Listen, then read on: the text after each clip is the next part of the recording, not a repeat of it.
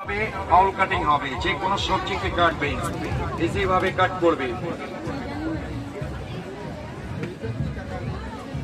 দেখেন এটা হবে প্লেন, এটা হবে ডিজাইন, দুইটা প্লেট হবে, যে কোনো সবজি কাটবেন।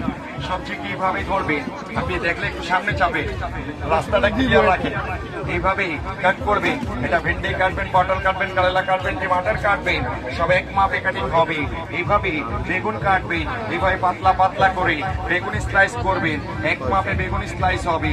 এইভাবে পাতলা ভাজি করবেন, খালি সবজিকে এইভাবে ধরে খালি প্লেটে টাচ করবেন, এইভাবে লম্বা লম্বা করে এক মাপে কাটিং করবেন।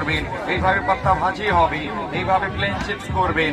ঘরে বসে বাবুর জন্য মাম্মি কাটবে, বাবু খাবে, এইভাবে প্লেন করে কাটবেন। এটাকে সাইড চেঞ্জ করবেন, এটাকে এইভাবে ধরে এটা ফার্স্ট টাইম সোজা একটা দাগ আসবে, এই দাগটাকে একটু বাঁকা করবেন, আবার সোজা করবেন, একবার সোজা করে একবার বাঁকা করে, সোজা বাঁকা যতবার